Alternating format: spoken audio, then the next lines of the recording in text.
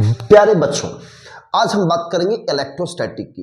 Electrostatic में charge क्या है और चार्ज से रिलेटेड कौन कौन से लॉज बहुत ज्यादा पूछे जाते हैं बोर्ड एग्जाम पे, उन पर हम बहुत ही कम टाइम में डिस्कस करने वाले हैं। तो वीडियो को बहुत अंत तक देखिए, कंसंट्रेट होकर देखिए बच्चों, ठीक है। तो बात करते हैं चार्ज की। चार्ज क्या है बच्चों? तो चार्ज एक प्रॉपर्टी है और किसी बॉडी पर चार्ज कैसे आती है, ध्यान से रखिए, ध्यान दीजिए। चार्ज ऑन अ बॉडी कैसे आता है? तो पहला है लॉस ऑफ इलेक्ट्रॉन, लॉस हो जाए, है ना, लॉस ऑफ इलेक्ट्रॉन्स, या कह लिए गेन ऑफ इलेक्ट्रॉन। अगर इलेक्ट्रॉन का लॉस होता है या गेन होता है तो बॉडी चार्ज होती है, ठीक है। और ये चार्ज जो है टाइप में अगर बात करें तो टाइप में ये दो होता है, एक पॉजिटिव होता है, एक नेगेटिव, पॉजिटिव और दूसरा होता है नेगेटिव। क्लियर बच्चों? पॉजिटिव तब आएगा जब इलेक्ट्रॉन का लॉस होता है, मतलब यहां नंबर ऑफ प्रोटॉन ज्यादा होगा नंबर ऑफ इलेक्ट्रॉन से।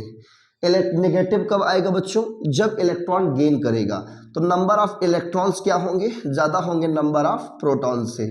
उसके बाद अमाउंट जब भी निकालना होता है बेटा, क्या निकालना होता है? अमाउंट। तो अमाउंट निकालते हैं Q equal to plus minus N से।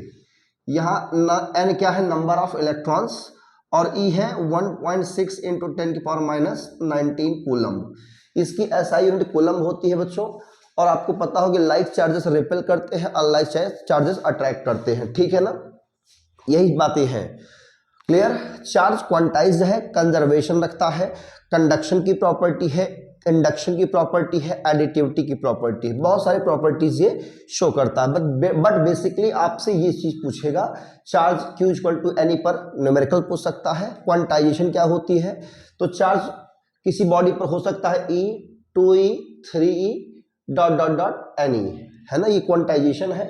Charge can neither be created nor be destroyed. दो चार्ज अगर रेस्ट में है बच्चों, दो चार्ज क्या है अगर रेस्ट में है, मान लो एक चार्ज Q1 है, दूसरा चार्ज Q2 है, दोनों के बीच की डिस्टेंस क्या है आपकी? R है डिस्टेंस, ठीक है।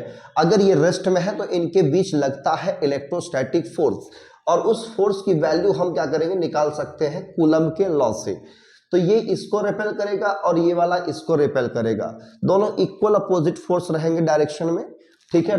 मैग्नीट्यूड में कह लीजिए इक्वल होंगे और डायरेक्शन में अपोजिट होंगे, है ना। तो यहां पे लगा देंगे K Q1 Q2 by R square. ये फार्मूला बहुत ज्यादा यूज होता है, और यहाँ पे K की जो वैल्यू होती है आप लोग बच्चों याद रखना। क्या याद रखेंगे? 9 इंटू 10 के पावर 9 न्यूटन मीटर स्क्वायर पर कूलम्ब स्क्वायर।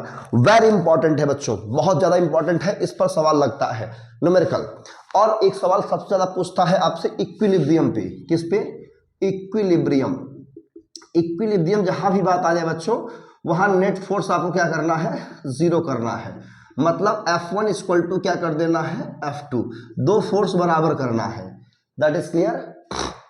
तो इस तरह से हम चार्ज से रिलेटेड रूल्स, सबसे इंपॉर्टेंट रूल ये है फोर्स के लिए, और ये रूल्स, तो ये बहुत ही कम समय में आप इसको समझ करके इससे रिलेटेड क्वेश्चन सॉल्व कर सकते हो।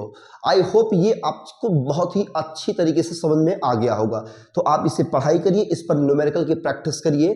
तब तक हम मिलते हैं अगले वीडियो में, ठीक है ना। पढ़िए, all the very best for the board exams के लिए और आगे फ्यूचर कॉम्पिटिटिव एग्जाम के लिए। All the best, thank you.